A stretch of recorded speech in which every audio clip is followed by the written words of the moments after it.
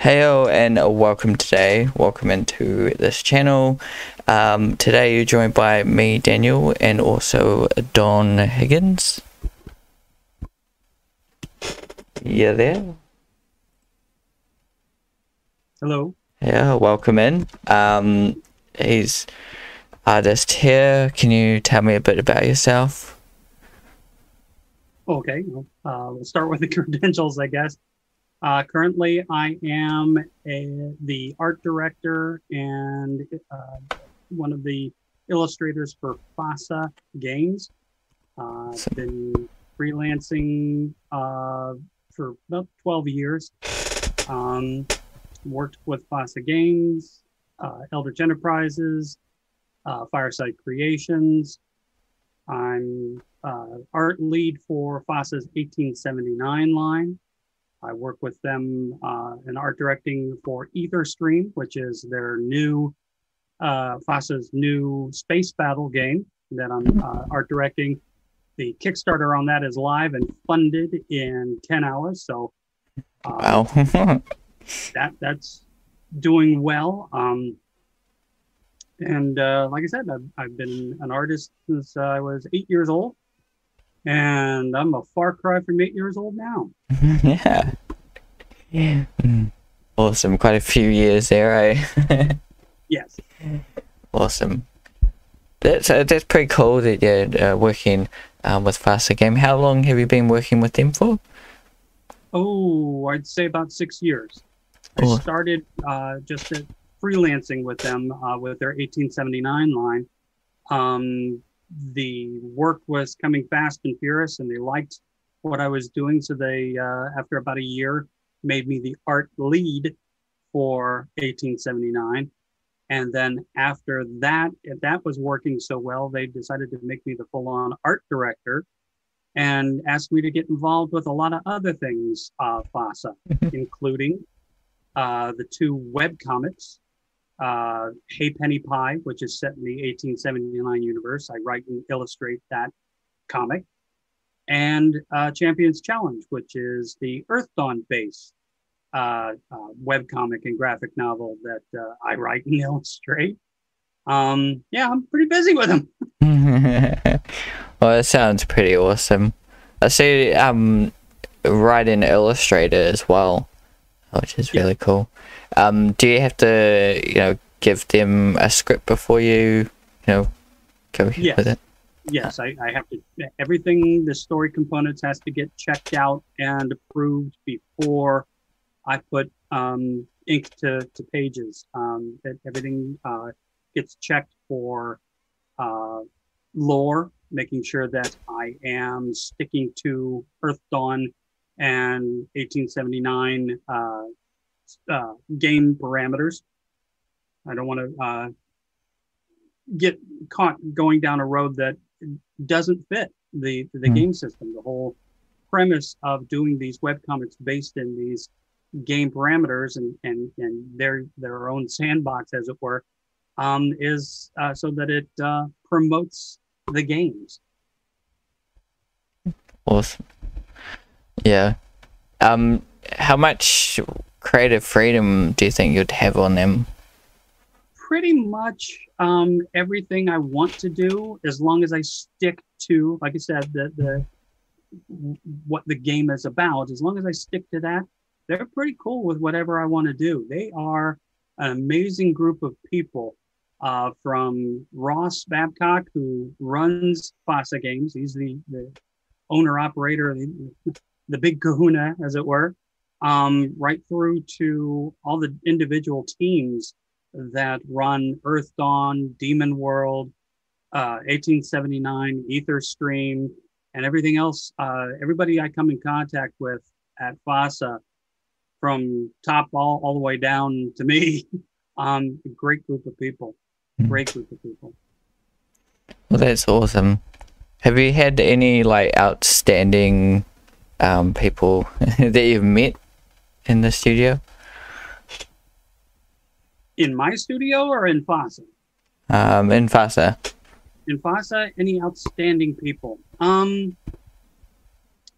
met people who have worked with them and kind of moved on. Mm. I met Jeff Laubenstein, who is a integral artist for Magic. I met him before he moved on to Magic and other things. I've met him. There are just, like I said, Ross, who is a wealth of information in the gaming industry. Mm. He is a great guy. Josh Harrison, who runs Earth Dawn. Brett Decker, who runs 1879. Andy Watson, she's promotions and marketing. Just everybody I've met so far is really great people. Mm. Well, it's awesome. You know, it's great to be involved with a lot of awesome people. It helps. Yep, it does help. I was gonna say we're always heading towards being in the gaming industry. Mm-hmm. Awesome. Right, say that again. I missed the question. We're always heading towards going into the gaming industry. No, I can't say that I was. I started drawing when I was 8 years old. I was youngest of 5 children, and my parents would take us to a local lake to go fishing and camping and things like that. Now, being 8 years old and sitting on a lakeside for hours on end, I got bored silly. So my parents got me these Disney magazines, and I started drawing Disney characters. And one day I drew a picture of Grumpy, showed it to my mom, and she says, "That's a good tracing." And trace it. And she goes, "Sure you didn't. Draw it twice as big. You didn't trace it." Like, okay. Well, I was 8 years old. It took me a couple hours, but I came back and it was twice as big. And she never left me alone from that moment on. "What are you doing in front of the television set? Go draw a picture." And, "Mom, I've been drawing all day. Leave me alone." But it started with that. My father, who was a renowned wood carver in the Dayton, Ohio area, Vince Higgins, he was thrilled because I was drawing a lot of wildlife at the time. And he was happy as a clam. This guy, he had a son who was going to support his artistic endeavor by giving him things to carve. And then 1977 rolled around, and a little movie, you might have heard of it, Star Wars came out, and everything shifted to aliens and monsters and sci-fi and stuff. And it wasn't really until I think my junior year of college, I got being in the Ohio area, we scored a tour at the offices of TSR, that being like the home of all things D&D at the time. Well, I was just a kid and college kid and didn't really rate anything. I didn't think much about it, but I wanted to do what they did in Star Wars for the longest time. That was the goal. And after this is like 85, and after all kinds of training in college and things like that, the Mac came out and made everything that I had been learning to do obsolete. So I traveled in the Navy for a while, but ultimately it really didn't start with gaming until I realized that the gaming industry, video games and role-playing games and things like that, is really a haven for the creative storytellers to get involved with things without having the suits from studios, movie studios doing things. I mean, there's only so many studios that really give the artists the freedom like Lucasfilm does. And honestly, now I have been saying for years that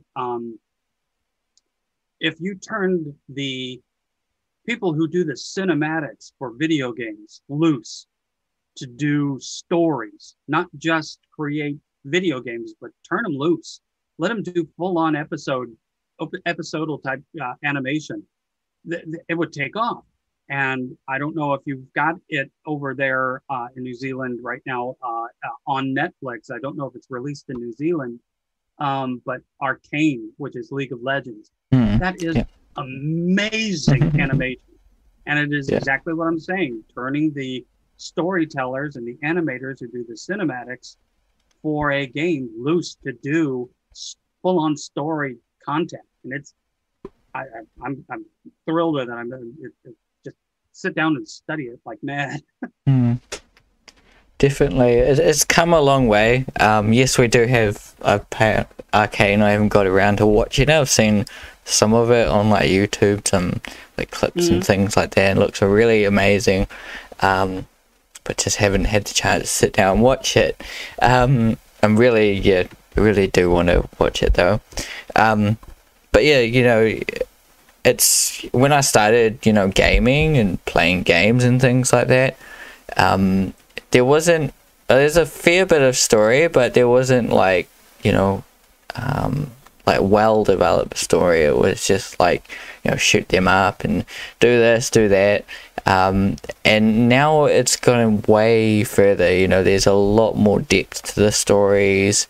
You know, take something like Wolfenstein was an old game I used to play, and back then most of the story was, you know, you BJ shooting up the Nazis and going around and collecting things.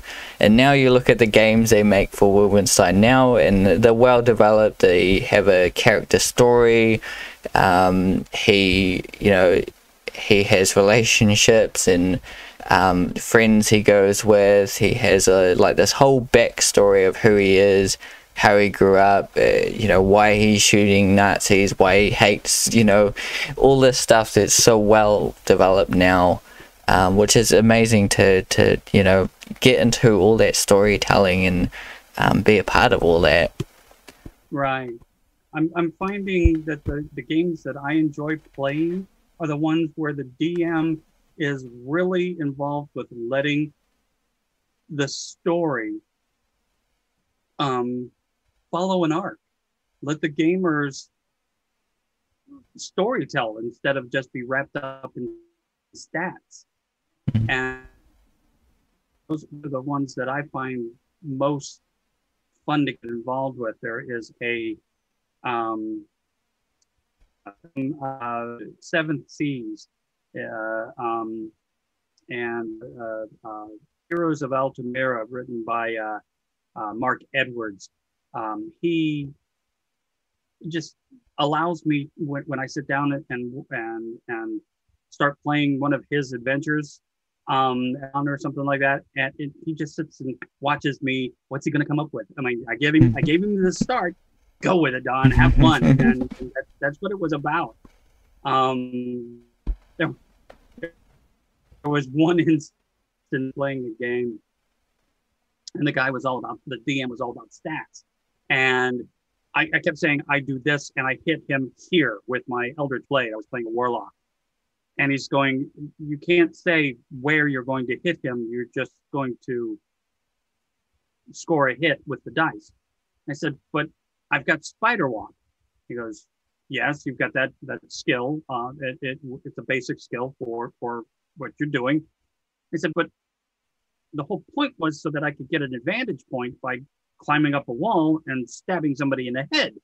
And he's like, well, you can't do that. I'm like, well, then what's the point of having this if I'm not going to be creative with it? And he's like, you can't do it, Don. I'm like, so the first thing I did that really upset this player is because I kept doing things to upset the DM because I was taking his story off the rail every time I got involved.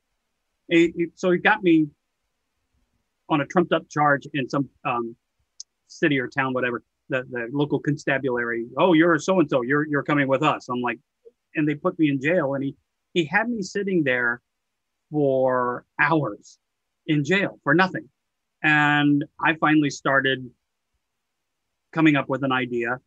And he said, "What are you doing? If you promise to blah blah blah blah blah, I'll let you out." And I'm sitting there waving my fingers at him, just one each index finger, and I'm waving them at him. And I'm like, "No, I'm fine. I'm good where I'm at." And he's like, "What?" And I said, "I'm fine where I'm at. Talk to me later." And he says, "Fine." And the guard leaves. And he hours again, and he comes back and he says, "Are you ready?" And I'm waving my fingers at him. "I'm just fine. Yeah, sure. Yeah. Okay, now, let's go now." And he's like, "Well, no, I'm not going to let you out now." And I said, "Fine." He goes, "What is the finger waving, Don?" And I said, "You've forgotten. You put a warlock in a prison, dark and dank and crappy prison. You put him in a prison, and this warlock has the spell and ability to raise the dead." He goes, "Well, yeah." Said, "So for hours, I've been killing cockroaches and raising them from the dead, and they crawled up your guard's leg and stole the keys. I'm escaping." And everybody in the party is like, "This is brilliant."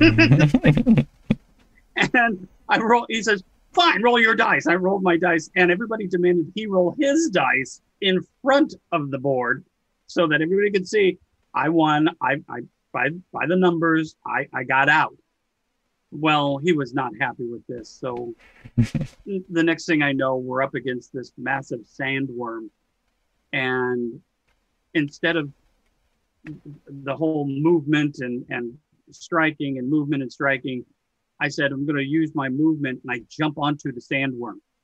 He goes, "Okay. And what do you do?" "Nothing." "Okay." My next thing was I stabbed the sandworm. So I just said I stabbed him. And he's like, "Okay, my next move is I start walking."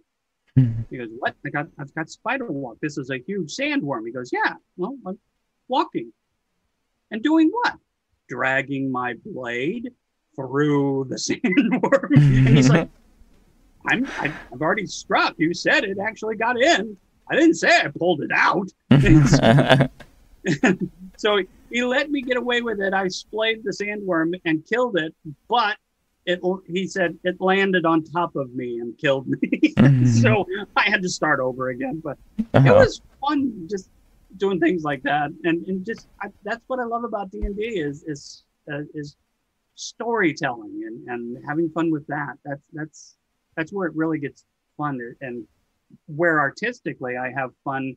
I don't just when somebody asks me to draw a character or a monster, I don't like to just draw a static pose.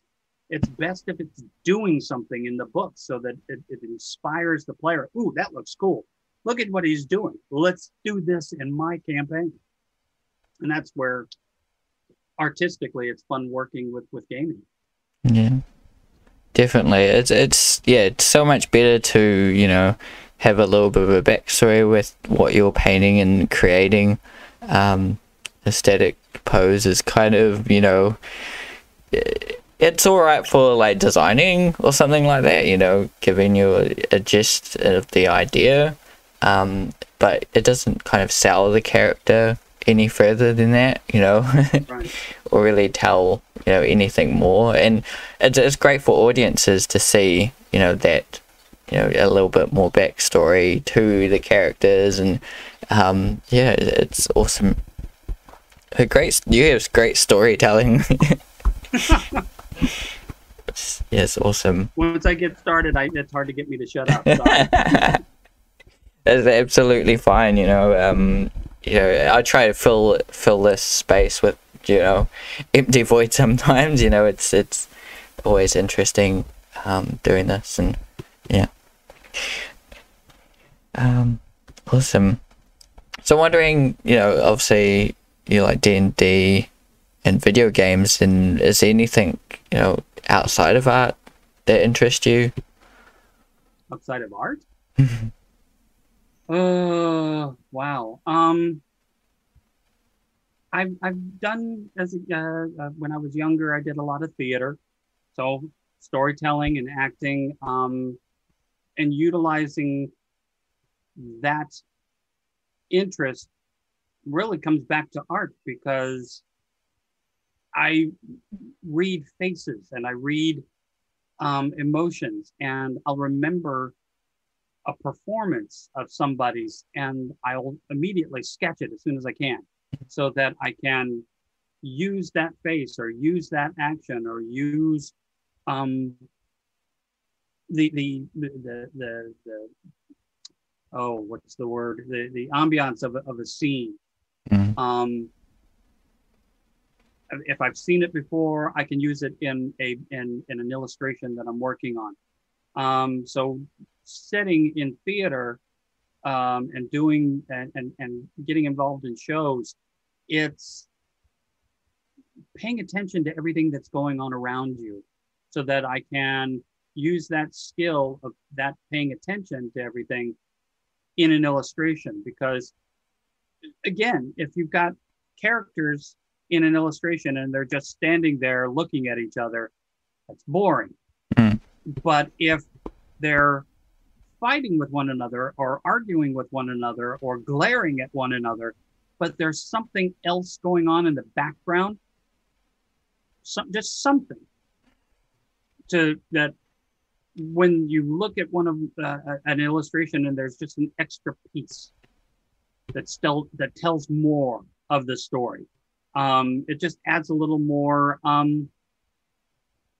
adds more to the scene, adds more to the story. It brings you in further, because you really want, what else is hidden in the bushes? What else is hidden behind the wall? Is there a shadow over there that's important?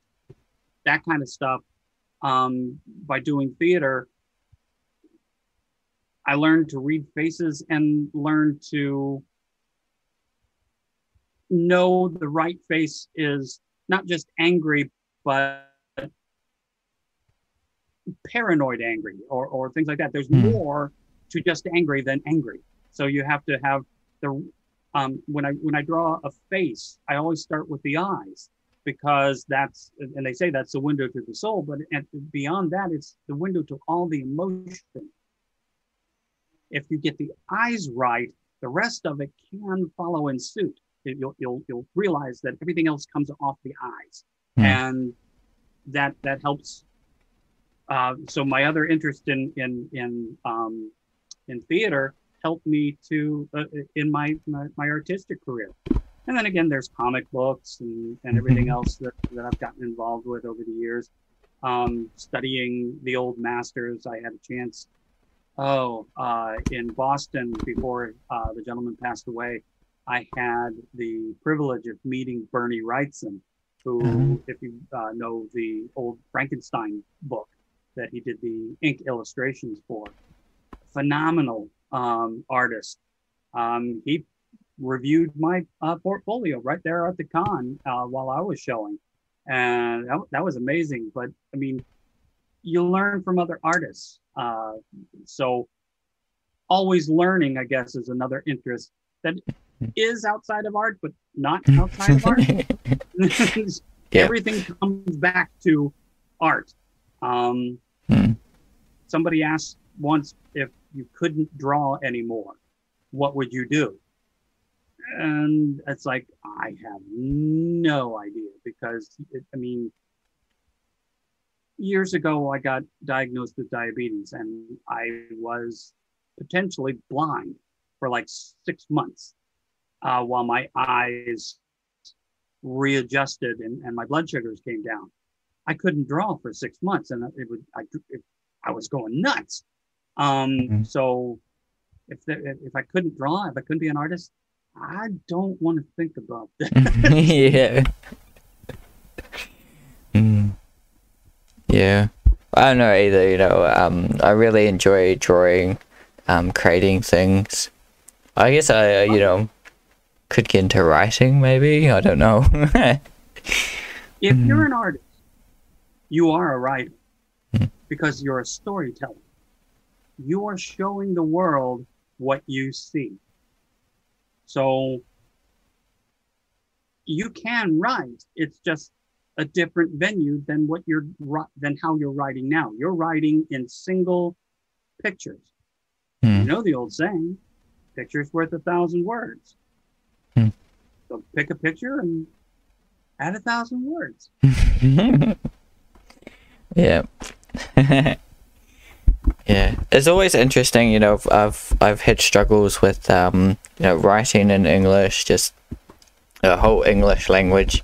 But here I am doing a YouTube channel and chatting away and everything. So, you know, and writing books, you know, that it's always challenging. It's kind of something we've had to build up and go against me in a way. But it's, you know, something I work at and I keep going, keep creating. You know, if I have to, yeah, with everything I do, yeah. You got a story to tell. Tell it. Definitely. What's stopping you? The world has changed from 50 years ago. 50 years ago, you had to go through agencies, you had to go through publishers, you had to go through all kinds of gatekeepers to get your story out there. With the internet, nope.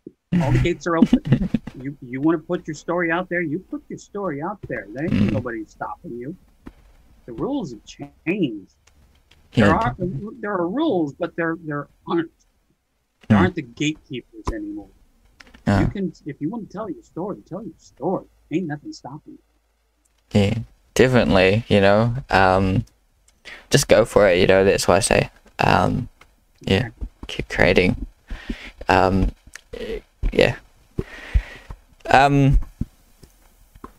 So I was wondering, what are your favorite projects you've worked on? Wow. There are so many things that the cop-out answer on that is the thing that I'm working on now. And I'd have answered the same way 2 years ago. What's your favorite project to work on? The thing that I'm working on now.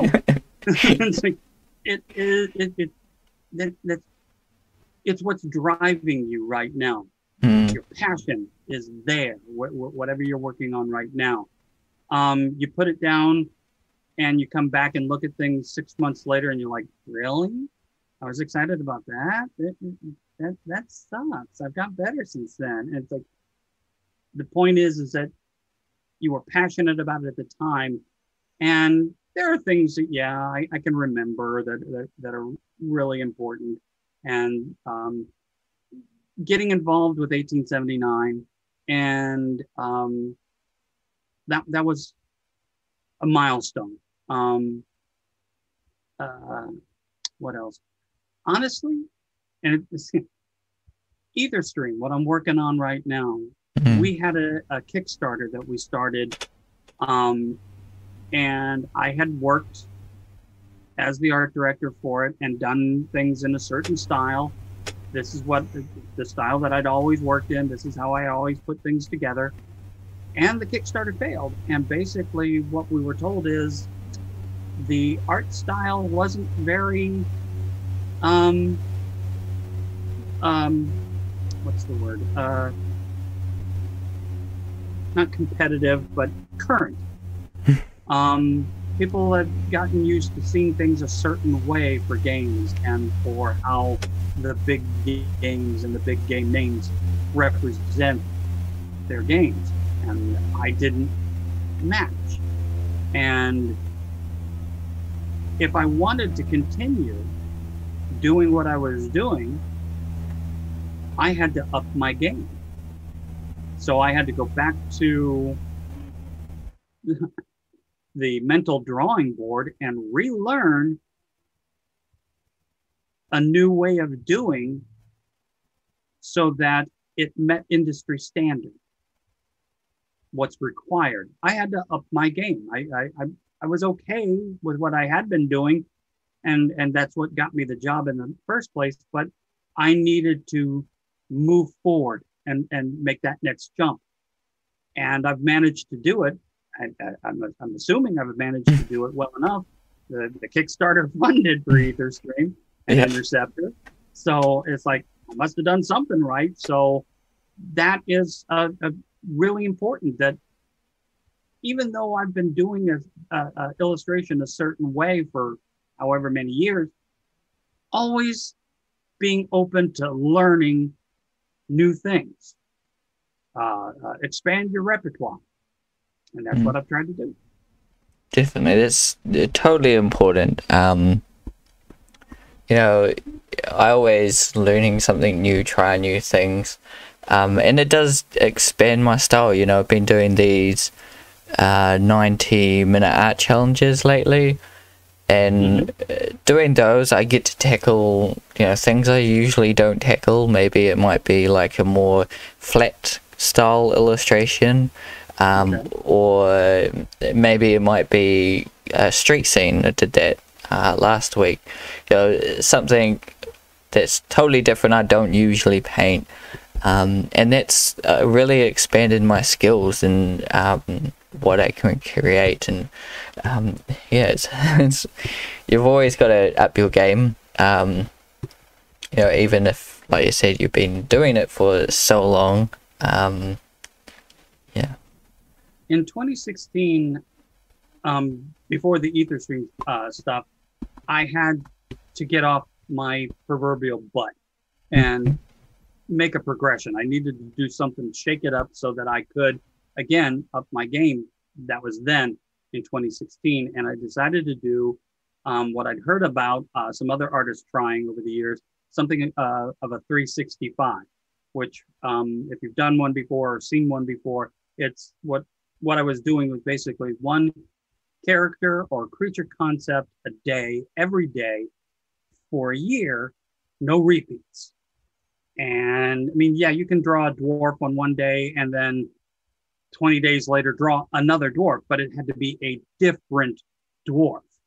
But the main thing is 365 characters, one a day, every day for a year. And it really forced me to try new things, expand my horizons, let the pencil lead me. Because there were days that I'd start and I had no clue what I was going to do. Just, okay, so you start with drawing the egg like everybody does and your basic shapes, and okay, there's a line there. I don't know why I put that line there, but okay, let's build off that line. And in an hour and a half, 2 hours, you've got a character. And then you move on with your day. It was meant as a warm-up exercise, and it just took off. Of course, my art director, my fiance, about halfway through this thing, she looks at me and she goes, "Don, why are you calling it a 365? I kind of looked at her funny, went, "One a day for a year? Duh." And she said, "Oh, duh, huh?" Like, yeah. And she goes, "You realize 2016 is a leap year, Don?" And I went, I get a day off, right? Not anymore, you don't. Gonna duh me again. I'm like, so the book that I put together, I don't even think I can get printed versions of it anymore. Anyway, the point is that the book that I had put together is called 365, but there are actually 366 illustrations. And the last 12, when I put the book together, I had asked 11 guys, writers that I know local to me, pick one of these characters and write a 1,000-word backstory so that I could publish it in the back. And they're like, "Well, why 1,000 words? Why can't I do more?" And I said, "Really? Come on. Picture's worth 1,000 words." And like, "Oh, okay, getting clever, fine, sure." But now a lot of those writers have bought the book as well, and they're using it as a warm-up exercise. So they go through on a given day, pick a character, write 1,000 words, get their juices flowing, and then start whatever project they had to do for themselves. And I've got quite a few, evidently, artists have picked it up specifically for that premise, to use it as a warm-up exercise. And other artists are trying it as well. Yeah, it sounds like an amazing exercise. It's a commitment. You don't take it lightly, and make sure it's not a leap year. Yeah. definitely. It's definitely a big project. You know, I've got to put a lot of time and effort into it. Yeah, it's bigger than something like Inktober, because it's, you know. It's funny you mention Inktober. Years 2 or 3 years ago, I was watching a gentleman by the name of Aaron Blaise. He had at one time worked for Disney. He was the director of Brother Bear, and I'm watching one of his live streams, and he's getting involved with Inktober, and he had this style that he was putting together. And he does a lot of wildlife as well as creature design and things like that. So I decided, okay, I'm going to do Inktober. And this was 2018, 2019 timeframe. And I started doing wildlife again. Now, there have been times that I've put an animal in an illustration before this, but this was a project that I devoted all of the drawings specifically to wildlife. And now I'm getting a following for wildlife. My art director, there have been recent conventions, comic book conventions, and fantasy and role-playing game conventions that she says, take the wildlife. And I'm like, to a comic convention? She goes, take the wildlife. I'm like, okay. So I put the wildlife prints in with all the other stuff that I do, and gaming prints and the comic prints and things like that. And I put that in there. And what sells the best? Wildlife. I'm gonna start listening to my art director. She knows what she's talking about. Awesome. Well, that's good that it's going well. Do you sell a lot of those wildlife? I do have quite a few sales for the wildlife act. Most of what's on my website store is the wildlife stuff. Mainly because I can't really resell illustrations that I've done for gaming companies. There are some that go ahead, you can put that print up. That's a piece of artwork that you did. But make sure if you put a book together or something like that, if ever I do an Art of Don Higgins book, make sure it's listed who you did this illustration for. But mainly, there's a few pieces like, no, we want this just for us. And I make sure that I don't put that on the website store. But mostly it's wildlife and some fantasy and things that I've done over the years. And it's doing pretty well. Am I allowed to say what the name of my website is so they can go? I showed it at the start, I showed it at the end, but you can go for it. You can go for it. Oh, okay. You can buy illustrations and prints of my work. I do ship internationally, but you can buy prints at donhigginsillustration.com. Awesome. Pretty straightforward. Yeah, that link down in the description for you guys that want to check that out, as well as other social medias. I'm on Facebook. I'm not really on Twitch or Twitter or tweets or Instagram or anything else like that. Okay. I've got my website. I'm on Facebook. I'm on LinkedIn, and that's pretty much it. That's fair enough, you know. Each their own.